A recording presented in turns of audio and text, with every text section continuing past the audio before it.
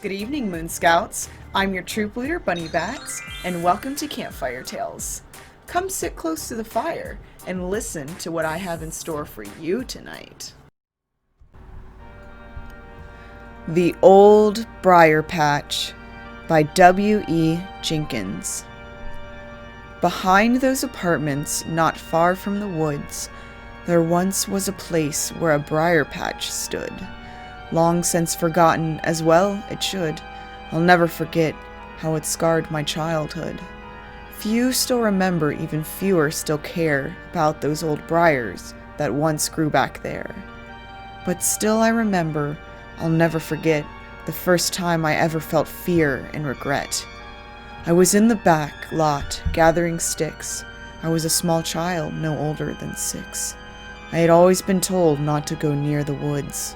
My folks always told me it was for my own good. I always obeyed, I always paid attention, but on that one fateful day, I just didn't listen. The apartments were built on top of a hill. Down at the bottom stood the woods, near a field. The briar patch rested somewhat in between the wide open field and the forest of green. I ran down the hill, treading steep, sloping land. I made a beeline for the briars with a stick in my hand. When I reached the bottom, I stopped for a breath. My heart was pounding right out of my chest. I regained my composure and became fully aware. Into the thick maze of briars I stared. I started to swing the stick in my grasp, clearing out briars and making a path. I dreamt of new places. I played and explored, throwing caution to wind just because I was bored. I had been having the time of my life, hacking through briars like the blade of a knife. But things changed so quickly, transforming this day. I tripped over something beneath in my way. I fell over face down, briars cutting my hands. I shook it off quickly, then I tried to stand. I rose to my feet, then I turned around. That's when I noticed something on the ground. I dropped the stick that I held in my hand. My eyes had just met the remains of a man. His clothes had been tattered over festering flesh. His corpse had been ditched on the day of his death. Beyond mutilated in his sleep of the dead, a few feet away was his dead, severed head.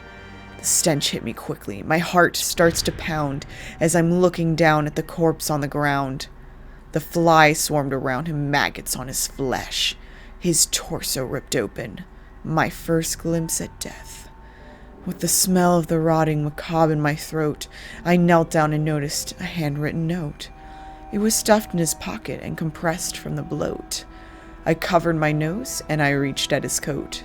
I closed my eyes and felt all around, trying to feel for the note that I found. My hand found the pocket. I made not a sound. I pulled the parchment from the corpse on the ground. I stood up slowly and then I turned around to go tell my parents about what I had found. I knew I'd be scolded, but I didn't care. The man had been killed, so nothing compared. I left the briars and ran up the hill to go tell my mother that someone was killed. I ran from the woods, away from the field, toward our apartment. This seemed so unreal. I reached our apartment and opened the door. My father was sweeping the living room floor. I ran to my mother, startled and shocked. She read the letter I found, then she stopped. I thought she would scream, but she didn't bother. Instead, she just went and alerted my father. Later, the apartment complex was filled with cop lights. The cops asked me questions. They said I'd be all right. That was the day that I learned about death.